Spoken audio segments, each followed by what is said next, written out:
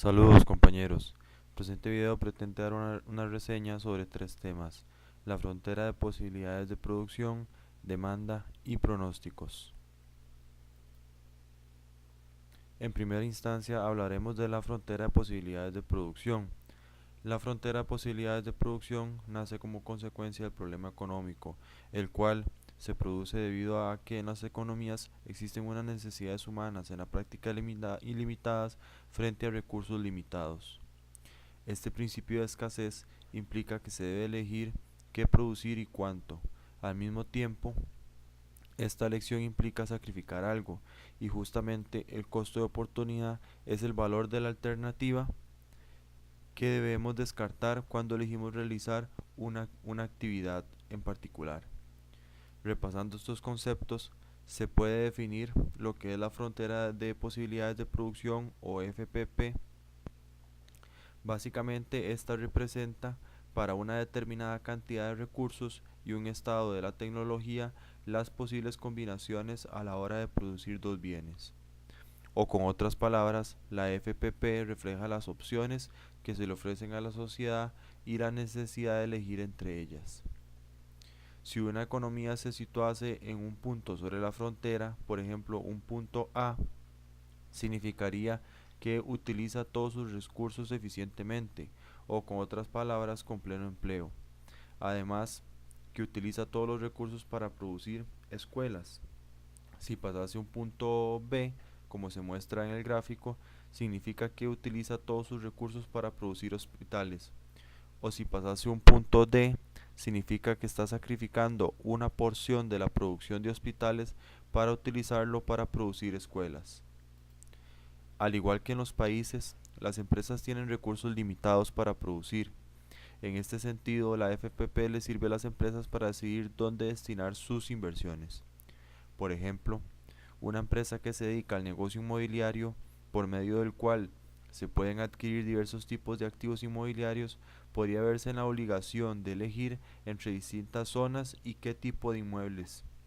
Por ejemplo, podría tener que elegir entre invertir dentro del gran área metropolitana o en las zonas costeras, y además podría tener que elegir entre edificios de oficinas o edificios comerciales.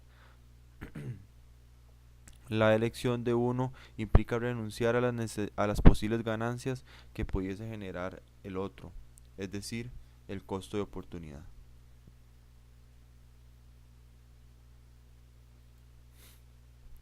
En cuanto a la demanda, esta se refiere a la cantidad de bienes que los consumidores están dispuestos a comprar a los diferentes precios, manteniendo lo demás constante, ceteris paribus. Se obtiene a través de la suma horizontal de las demandas individuales de los consumidores.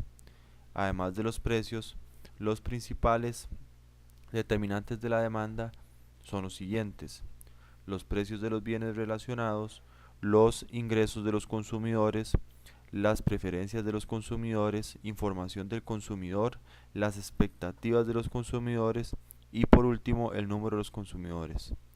Por ejemplo, supongamos la demanda de paquetes turísticos. Los cambios en los precios de los mismos pueden significar cambios distintos en las demandas de dos consumidores. Como se puede observar en la tabla, a un precio de $1000, el consumidor A está dispuesto a adquirir 3 paquetes turísticos por año, mientras que el consumidor B solamente uno. Conforme baja el precio, la demanda tiende a incrementar, sin embargo, en distinta magnitud entre cada consumidor.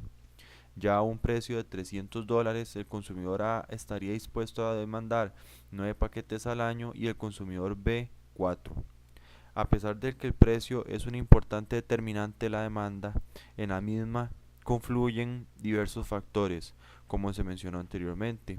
Por lo tanto, la demanda de un bien X podría estar dada por una función como la que se muestra en la pantalla: 1200 menos un medio de px más un cuarto de py menos 8pz más un décimo de m, siendo que P de X es el precio del bien X, P de Y es el precio del bien Y, P de Z es el precio del bien Z y M es la renta promedio de los consumidores. Finalmente, vamos a hablar acerca de los pronósticos. Se puede decir que los pronósticos pueden mostrar qué pasará en ciertas condiciones y bajo ciertos supuestos. Los pronósticos ayudan a enlazar distintas partes del negocio. Por ejemplo, al pronosticar el crecimiento en las ventas, se puede estar seguro de que se tiene la capacidad o no de producir ese incremento y que se cuenta con la fuerza laboral y los recursos necesarios para hacerlo. Tal como se ha mencionado en el curso, el análisis de regresión nos permite configurar relaciones funcionales entre una variable dependiente y una o varias variables independientes, con lo cual es posible realizar pronósticos y proyecciones en relación a una realidad económica. Como se mencionó anteriormente, la demanda es el producto de distintas variables. Por medio de la regresión lineal se permite establecer las relaciones de estas variables y generar pronósticos de la demanda relativamente precisos.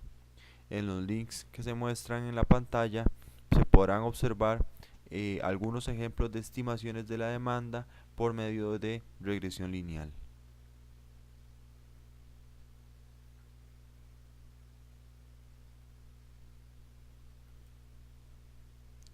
Muchas gracias. Saludos.